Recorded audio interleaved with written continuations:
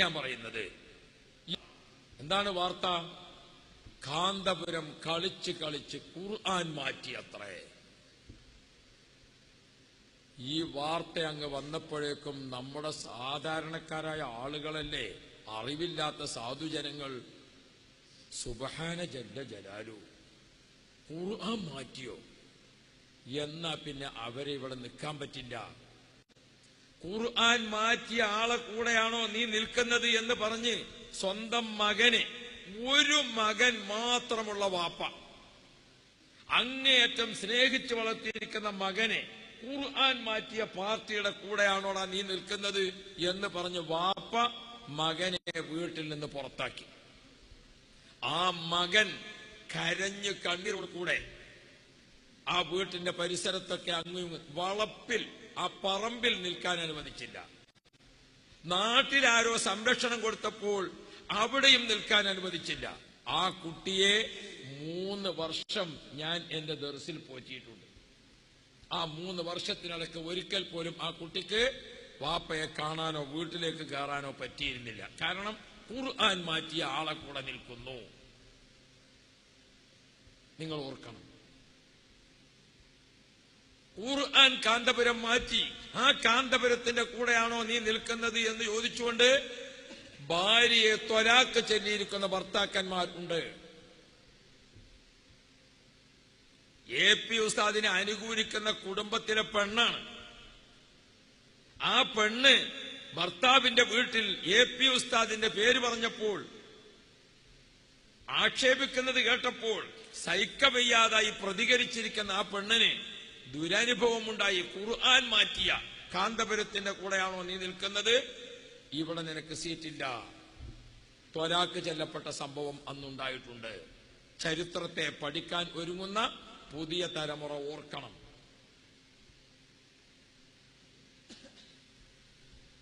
പ്രിയപ്പെട്ട മക്കളെ,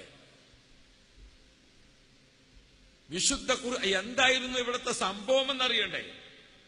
നമ്മുടെ നാട്ടിൽ പണ്ടേ പ്രചാരത്തിലുള്ള മുസാഹഫ് അത് റസ്മുൽ ഉസ്മാനി ലിപിയിലല്ല, അറബി മലയാളത്തിനനുസരിച്ചുള്ള ഒരു ലിപി തയ്യാറാക്കിയിട്ട് അതനുസരിച്ച് മുസാഹഫ് അച്ചടിച്ചതാണ് പരപ്പനങ്ങാടി പ്രസ്സിലെ മുസാഹഫ്.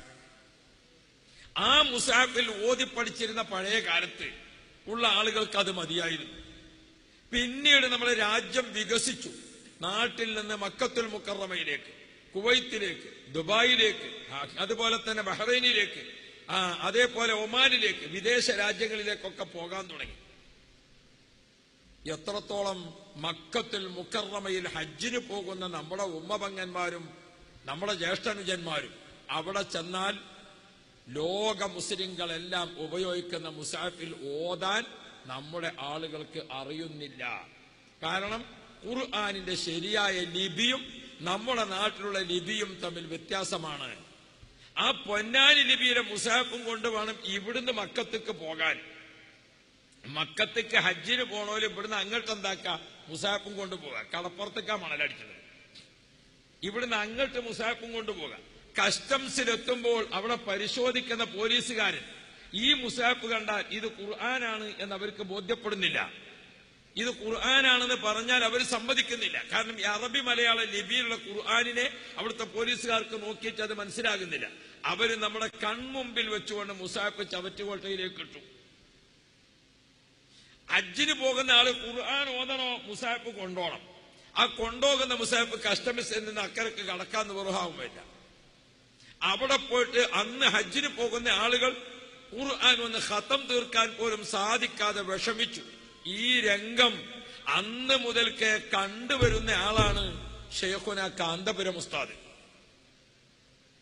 ഉസ്താദ് ലോകത്തുള്ള മുഴുവൻ ബൈറൂത്തിലും അതുപോലെ തന്നെ ഡമസ്കസിലും അതുപോലെ തന്നെ മദീനയിലും അതേപോലെ തന്നെ മറ്റു രാജ്യങ്ങളിലുമൊക്കെ റസ്മുൽ ഉസ്മാനി പ്രകാരം മുസാഫ് തയ്യാറാക്കുമ്പോൾ അതേ പ്രകാരം നമ്മുടെ നാട്ടിലും മുസാഫ് തയ്യാറാക്കുന്നതിന് വേണ്ടി ഖുർആനിന്റെ ലിപി, അറബി മലയാള പരപ്പനങ്ങാടി ലിപി മാറ്റിയിട്ട് ലോക മുസ്ലിങ്ങൾക്കൊപ്പമുള്ള ഖുർആന്റെ ലിപിയിലേക്ക് ആദ്യം ചെറിയ സൂറത്തുകളും അതുപോലെ തന്നെ അൽ കഹ്ഫ് സൂറത്തും യാസീൻ സൂറത്തുമൊക്കെ ഒന്ന് മാറ്റിയിട്ട് ചെറുതായിട്ട് അതിനൊരു തുടക്കം കുറിച്ചു.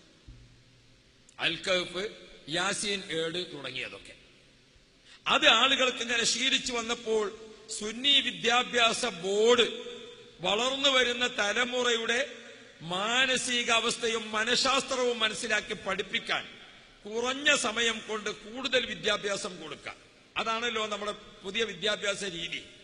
നമ്മുടെ മദ്രസകൾക്കാണെങ്കിൽ പൊതുവെ സമയം വളരെ കുറവാണ് പഠിപ്പിക്കാൻ. 1 മണിക്കൂർ 1.5 മണിക്കൂർ കിട്ടും. അപ്പോഴേക്ക് തന്നെ കുട്ടികൾക്ക് ഇംഗ്ലീഷ് മീഡിയം സ്കൂളുകളിലേക്കൊക്കെ പോകേണ്ട ടൈമുമായി. അപ്പൊ നമുക്ക് വേഗത്തിൽ പഠിപ്പിക്കണം. പഴയ കാലത്ത് ഇവിടെ നിലവിലുള്ള പാഠപുസ്തകം നോക്കിയാൽ അതിലുള്ള പുസ്തകത്തിലുള്ള രീതി എങ്ങനെയാണ്? ആറ, ഈറ, ഉറ. ആറ എന്ന് പറഞ്ഞാൽ തന്നെ ഉള്ളിലാണ്. പിന്നെ അതിന്റെ പുറമെ ഊറ എന്ന് പറഞ്ഞാലോ അതിന്റെ ഉള്ളിലാണ്. മുസ്ലിമീങ്ങളാണെങ്കിൽ എന്നും അതർ ബാക്ക്വേർഡ് കമ്മ്യൂണിറ്റി, പിന്നോക്ക വിഭാഗമാണ്.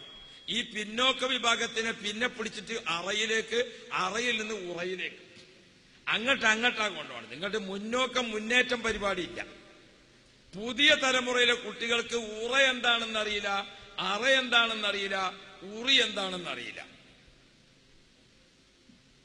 കുട്ടികളൊക്കെ ഇംഗ്ലീഷ് മീഡിയത്തിന്റെ പുതിയ യുഗത്തിൽ KG ക്ലാസുകളൊക്കെ ആരംഭിച്ച സമയമായി. അപ്പോ ചെറിയ സമയത്തിനുള്ളിൽ കൂടുതൽ വിദ്യാഭ്യാസം. അതെങ്ങനെ വിദ്യാഭ്യാസം? ഉസ്താദും കുട്ടികളും ഒരു ഇണങ്ങിച്ചേർന്ന് വളരെ പെട്ടെന്ന് പഠിക്കുന്ന, അതിനുവേണ്ടി പാഠപുസ്തകങ്ങളൊക്കെ മാറ്റി വരികയാണ്. പുതിയ ശൈലിയിലേക്ക് മാറ്റാം. ആ മാറ്റുന്ന കൂട്ടത്തിലാണ് വിശുദ്ധ ഖുർആന്റെ ലിപി ലോക മുസ്ലിങ്ങൾക്കൊപ്പം നിൽക്കുന്ന രൂപത്തിൽ ഖുർആന്റെ ലിപി മാറ്റിയത്.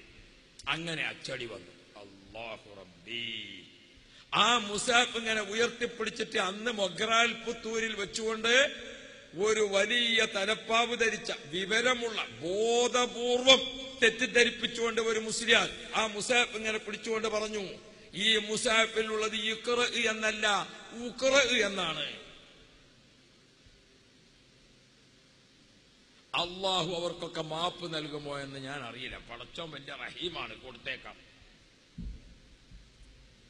അതൊക്കെ കേട്ടപ്പോഴേക്കും എത്രമാത്രം ഈ രാജ്യത്തെ ജനങ്ങൾ ഇളകി, എത്രമാത്രം ഈ രാജ്യത്തെ ജനങ്ങൾ വിഷമിച്ചു. സുബ്ഹാനല്ലാഹ്. മംഗലാപുരത്ത് അതിന്റെ പേരിൽ ഒരു ഉസ്താദിനെ പിരിച്ചുവിട്ടിട്ട്, നമ്മുടെ നാട്ടിലൊക്കെ അറിയപ്പെട്ടിരുന്ന ഫഖീഹ്, എന്തായിരുന്നു അദ്ദേഹത്തിന്റെ പേര്? ഉസ്മാൻ മുസ്ലിയാരില്ലേ? അബ്ദുറഹ്മാൻ മുസ്ലിയാർ.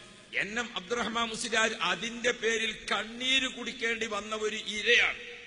ആ സാത്വികനായ പണ്ഡിതൻ, ആ ഫഖീഹായ പണ്ഡിതൻ അതിന്റെ പേരിൽ കണ്ണീര് കുടിക്കേണ്ടി വന്നപ്പോൾ അദ്ദേഹം ആ വിഷയത്തിൽ മാത്രം ഒരു പുസ്തകം എഴുതി ലോകത്തെ സത്യാവസ്ഥ അറിയിക്കേണ്ടി വന്നിട്ടുണ്ട്. മക്കളെ, ഈ സംഭവം നിങ്ങൾക്കറിയുമോ?